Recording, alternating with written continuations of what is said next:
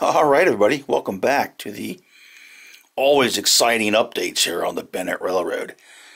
So what we're doing now, continuing on, since we got all the track and the control panel for Sharon complete, what I'm doing now is I'm starting to wire up the mainline switches, turnouts, because they got to be able to be controlled as well. So in order to do that, what I'm doing, I had to put this piece of fascia in. I wasn't quite ready to do fascia, but I said, well, I got to do it because I'm doing things a little bit differently. I'm not going to have the mainline controls on this panel, which is kind of what I did before. This way, mostly because of my backdating the layout a little bit, I'm not sure exactly what's prototypically correct, but what I'm going to do is say, all right, so when you're the guy, you're assigned to work the Sharon Industrial Complex, which is this menagerie of stuff. That's kind of your panel. And you see you can't come out to the main line because you don't control that turnout. Over here, these control the turnout. This is the turnout into the factory, the crossover, back to staging. Now, it's still going to be set up so it can be controlled by remote dispatcher with a CMRI. I'll still do that. But I figured in the mid-50s or so, I don't know that they had, the dispatcher panels where they control and hold. I know they did, but in this particular case, the way I'm going to implement it is basically kind of have like a tower operator. Now, he won't be assigned to just a particular tower. For example, I'm going to try to put a tower in here in Sharon. He's going to control Sharon, Sharon West, and maybe even Fairview remotely. And that tower operator will get his direction from the dispatcher. So in order to do that, very similar concept. These toggles will put these turnouts either in motor or dispatcher only control or local / tower control. So when trains are running, they come onto the layout and they want to access the main line, they go over to Eugene or something like that. The tower operator will have to be aware of what's going on. I'm not sure how I'm going to implement this yet, and then he would then throw this turnout as the tower operator. In air quotes, you see that? Air quotes, tower operator. Probably a roving position that'll control all the mainline switches. That's how I think I'm going to do it. So I got that in and mounted, and I got the various control. That's the SMC12 switch. These are basically for the motor local control that I need to light LEDs and give feedback to the CMRI. So I got that ready to go. Over here for this turnout, this one will not be dispatcher or tower controlled. It's purely going to be by the local crew, and that's going to be a electrically locked, hand operated switch. That's going to mount there. So basically the crew has to come over with a key. There's actually a key with a padlock here. They have to unlock it, and then they can control the turnout locally.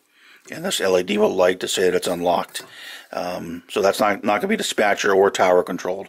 That's the way I wanted to do it. It's just for fun. Of course, now when it's unlocked, it will feed back to the CMRI, so we'll control the signals appropriately. And then finally, over here at Sharon West, this one, again, much simpler, but similar concept. It'll be controlled remotely from Sharon, although it isn't that far away, but And then again, the tower operator will come over and control this turnout. That's the little board I made up that I said you need the feedback for the CMRI, and it lights the LED when you're in local or tower, as it may be called nowadays. Alright, so that's that. So I had to get these up. But really, these are all going to come out of the way, because what I'm going to do now is I'm going to paint the track. I have to get that done as well, and I got some nice weather. So, starting over here, basically, what do you think about that? No? Think that might work somewhere? Right there, maybe? I don't know, I'm thinking about it. Alright, anyway, so I got the main line to paint all the way from the new connection here in Fairview. I got some industrial track here to paint as well. So I'm going to start there. I start paint the main line, and that little piece going back in the staging. So get this all painted up around here, all the way up here. So I get rid of that ugly, wood looking situation. And get all this, and get the whole complex here painted. And then I have to do the main line over to where it ties in with the existing. So that's going to be the big push for today, because I figured I'd get that done. Also have nice weather today. Tomorrow's supposed to rain, but I want to leave the windows open. Hopefully even overnight a little bit. And then I figured I can do the wiring. I have it figured out. I just have to implement it. But I can do that while the paint's drying or when it's raining. So that's what we're going to do. We're going to paint track. Now maybe I'll touch a little bit on what I decide to do, but it's pretty much the same as the other videos I've done on it. So it's been a while, but I did do other videos on it. So less talky, get tanky ready, and let's get the airbrush out and get some track painted. Okay, real briefly, I just kind of show, just for interest, if there is any, what I do. I usually tend to fill a tank with air, and I have it come up to a little regulator, and then I use my Iwata airbrush. Got my thinner and my cleaner ready to go. Little dude to spray stuff into for any color changes. And speaking of colors, this is what I'm going to use. Since I'm starting off on some of the industrial trackage first over here in Fairview, I'm going to use these Ammo MIG colors. I find they airbrush pretty nicely. And since it's kind of more industrial track, I'm going to start with some Shadow Rust and Old Rust. Although the colors don't matter. Don't get wrapped around the axles like a lot of model railroaders do with colors, because it really doesn't matter. Now, you don't want to use pink, but any darker burnt sienna, a dark brown, a red brown, a darker rust color, a lighter rust color, whatever you want for industrial tracks it's going to look okay. For the main lines, I like these. This is a dark tracks, and actually rubber and tires. Although I don't have a lot of this, so I'm going to run out of that pretty quick. So this will be more for the main line. And also for the main line, I have some Vallejo Model Air. This is a Dunkelgrau, a Panzer dark gray. It's a good mainline track color. And this is an IDF Israeli Defense Force cyanide gray. It's a good color as well. I like those. Now this is for the rail, so I'm going to go first and just go around and get the rails painted.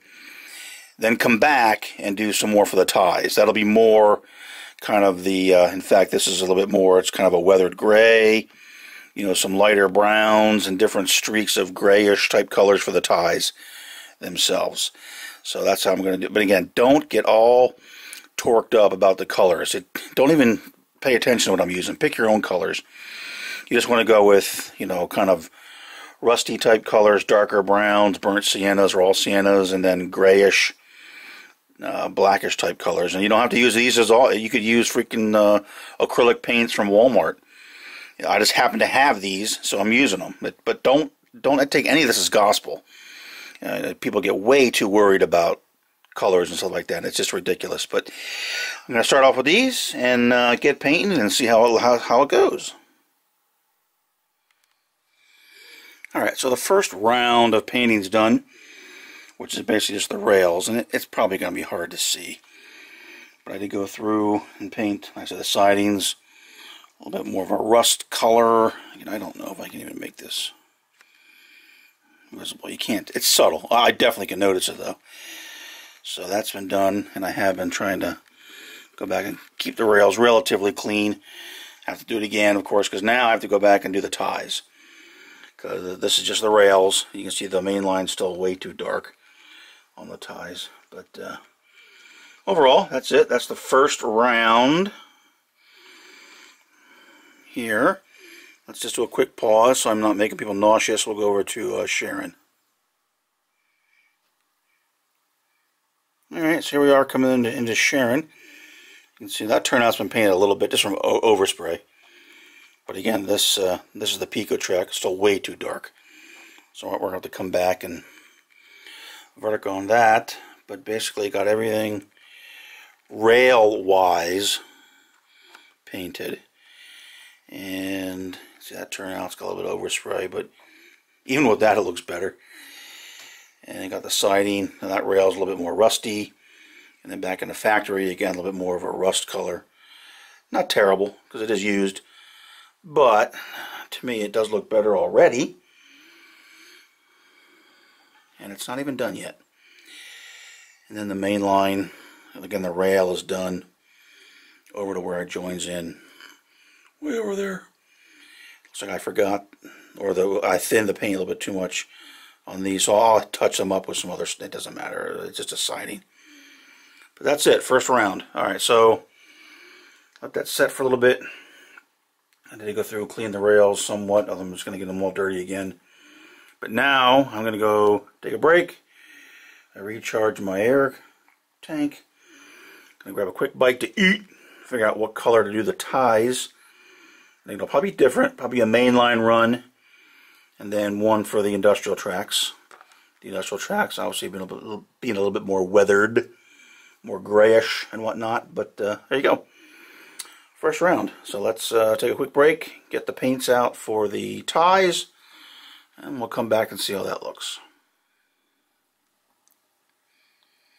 Alright, so for the painting of the ties, you can see I just grabbed a selection. Don't be intimidated by the number of paints. I didn't do anything scientific at all. All I did was just grab some colors that looked good. Some light, lighter brownish type colors. That's my cyanide gray, which I love. 2 primers in case I want to get, I actually use this at the very end, I'll show you. Some wood, tie type colors. Some darker browns. Some darker, almost like, creosote type colors.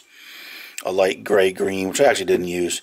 But I just grabbed a bunch, brought them over, and actually just kind of threw stuff in the airbrush and started going. To be honest, I didn't really plan anything at all. Did the mainline first, then went back and did all the factory tracks. I don't know how well it's going to show up here on video. Like I said, I did a mainline, a couple different flavors, and then I did the factory and the industrial tracks, and then at the end I came back. It still looked a little bit too good. The track looked a little bit too nice, so I came back and added that gray primer. Because I figured, the industrial tracks, the sidings and spurs and whatnot would be in much worse shape than the mains. So I'll let this sit and stew for a while. Still needs a little bit of touch up here and there, but overall I think it looks a lot better than the hodgepodge that it was. And I'll show the main line going around there. It gets a little bit dark down there, so you can't really see much, but it was painted up to right about there or so.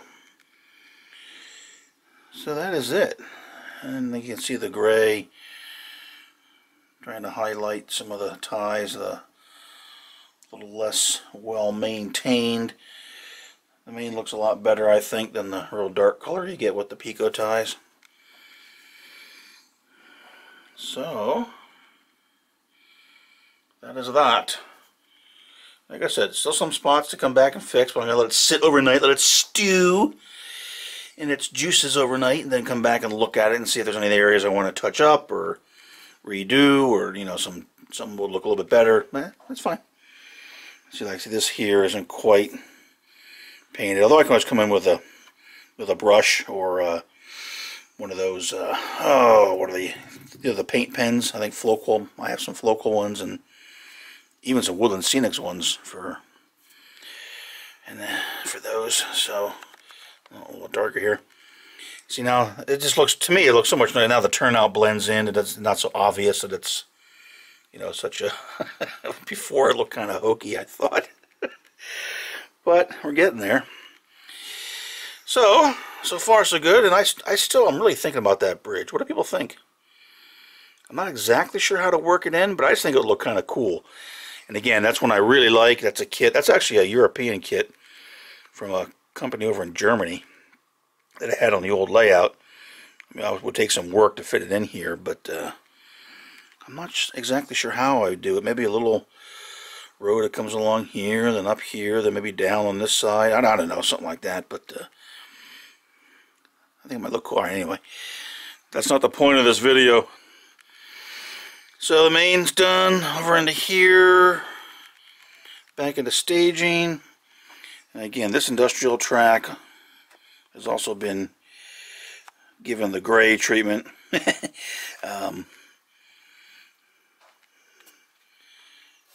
That blends in up there on the main. And then of course now it's the one thing I do is I did come by and clean the top of the rails off, but it's going to need a serious track cleaning when this is all done. Plus you always got to go back in and make sure the turnouts, see? Oh, okay, it works. When you start painting, you got to be careful because you don't want to paint things closed, but then again with an airbrush it isn't quite as bad. Alright, so that's it. That is the track painted. Now it's time to, like I said, let it sit overnight, come back, look at it, do a really good cleaning, start getting some, like, I can get some ballasting on that piece there, and get rid of this white and pink up here, and start doing some other work. So actually now, while this is sitting up overnight, I'm going to go ahead and start working on the controls for the main line over in Sharon, but we'll come back and see how things progress. Okay, so while the track is drying, well, actually it's dry, but anyway, now I'm going to go ahead and get this wired up, get this panel wired up, so we can control the mainline switches, So to do that, obviously I got the panel mounted with the switches and the LEDs, and then what I did up here, this is the panel I made up. I like to make up panels. To me it's just easier than just throwing stuff into the layout. So made up a little panel. I also like to try to pre-wire as much as humanly possible, just to save from the agony of being under the layout and running wires, which is not fun. But so I've done what I can. That's not a lot. So I'm going to have my power coming in, 5 volts, jumpers down to power. This is for the remote motor indication, give you the LED. This is for the tortoises. This is where the tortoise aux contacts come in for the using the contacts 2, 3, 4 for the LEDs for for these right here, position indication. The other LED actually comes off of this, which goes on when you take it out of motor. SMC12 card, that's part of the CMRI. That's what actually drives the turnout. There's 4 here. What I'm doing is, since I only have 3 turnouts here, but I needed to control the one down in Sharon West. So as opposed to cutting this board or being lazy and not wanting to make another one up, I'm just wiring SM13, which is the one that's down in Sharon West. I'm going to bring it up to here. So it's kind of remote from this location. So in fact I have the run. Right, oh, you can't see crap doing that. Oh my goodness. This is the cable. It's running from roughly up, from that turnout. It just brings the wires that I need from there down to and that way I can control it from down there, but the actual SMC12 will be up here. This is look at that fancy schmancy stuff, eh? Got some different colors from my label maker just for fun.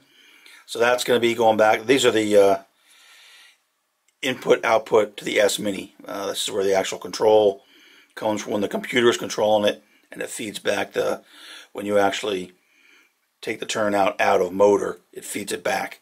So you can react to that as appropriate in the program. So okay, so now this board is going to come in and go basically back behind here.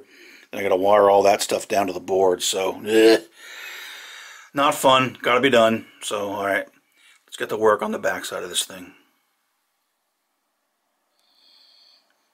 Okay, there we go. Got it in and got it verticking. So now all the mainline switches, well, except one, the one that comes into the spur. I still got to work on that one, but for the most part, they're all done. When I finished wiring this and went to test it, one turnout was backwards, and that one the switch was in. And now these switches, when they're down like this, that would be motor. That would be, you know, like pure dispatcher control. Then what we'll normally do is we'll probably have them up in local, tower, whatever control you want to call it. And then the middle is local, tower, normal. And to throw them, you just gotta, and you hear the nice growl of the tortoises. And also, all the lights were backwards. That's just a matter of, you kind of guess when you do that. It's just a matter of going in the back and flipping the wires that come off the contacts to make it right. So, but everything looks good. Everything seems to work okay. Probably have to do a little bit more cleanup after the painting. I'm noticing things, you know, tend to stick a little bit, which is not unusual. After you know, first get everything back together after painting, but for the most part, things seem to be working okay. This one seems to stick a little bit. Let's see. Yeah, see, so I got to work on that. It's got a little bit, probably a little bit of paint here and there. I'm just going to go in there and try to clean that up. But so far, at least everything's working. So now the crossover, main to main, going into the factory, going into staging, and that's all controllable here. And in addition, let me just walk down so I don't make people dizzy. And like I said, down here at Sharon West, at this interlocking, this is in working. Again, this is the one that's remote for the controls down to the other panel. And again, when it's down, it would be in dispatcher control. That would be local or tower. And then this this is normal, and then that makes it go reverse. So there you go. Okay, so that is that. Now I need to get back. I had a little bit of remedial track security to do there. Now the only turnout that I don't have totally powered up right now is this one. And this is the one that gets the electrically locked hand operated switch. I did start working on it. I got the humongous hole because I used a bigger toggle. So that fits there. So I might go ahead and see if I can get this done. And for now, just put up here maybe with, you know, 1 or 2 screws just to get it up. Just to get everything done. And then obviously this is designed to come, once I pull this off and lower it, I can put this piece of fascia in here and then get everything remounted again. So maybe I'll consider working on that. But alright, so that's that. So now everything's pretty much painted. Still got remedial cleaning and whatnot to do, but getting there. I can almost say I'm kind of back where I was before I decided to do all this renovation. Pretty much back where I was. So alright, so anyway, alright, more to come. We'll keep plugging away here and see what else we can get done. Okie dokie, the last mainline turnout is now powered and ready for operation. So what we did here, this is similar to the one that I showed a long time ago over in Wallace Junction, but for this particular turnout, this one here, and that leads into the what we're calling the South Spur. Just this industrial trackage here on the south side of Sharon. On the wrong side of the tracks, man. Alright, so the way this is set up, the crew would come, and now the turnout is actually locked. And if you come in here and throw the toggle, she's going nowhere, Captain. So it's not going to work. So what the crew has to do, they would either call the dispatcher, if this was more modern times, or I guess maybe back in this area they call the tower, which isn't far away, and say, hey, Bubba, unlock this turnout for me. So they unlock it, and I'll have a little phone, you know, here you can call the tower. And then they have their key. Don't leave without your key. Key goes in, and then when you unlock it, it's unlocked, and now there's power to the turnout. So now, if I reverse it, Yay! So now the switch crew can go back and forth and drop and pick and do all their fun stuff without bothering anybody, because they have control of the turnout. And then when they leave, take the key with them, ba-boom. And now it's locked and it's safe. So that's the way I implemented that particular turnout. I don't know if it's 100% prototypically correct, especially for both eras, but whatever. It gives the crew a little bit of operational variety, because they need to have their key with them. They need to ask for permission. They need to physically unlock it, and then they can do their work, and then they can lock it and leave. So, okay, so that's that. So everything's pretty much done. Control-wise, at least for now, I did have to put this piece of fascia in, just because of the way I'm mounting that. Now you can see it's not painted yet. I was going to paint it first, but I got so much more fascia to do, and the rest of the fascia is getting kind of crappy. I think I'm going to wait to the very end, when I'm going to paint it one time, do everything at once, with a nice new coat for the areas that need it, and for this stuff here. So it's coming, but at least it looks a little bit nicer. I actually have this piece cut as well, but it's time for some decisions to be made. I need to decide what I'm doing up in here, but more on that later. So, okay, there you go. So now all the main line is in operation. All the turnouts can now be properly handled from the panels. And in fact, I could operate the layout now if I wanted to. So, okay, let's see what else we can, all kinds of mischief we can get ourselves into.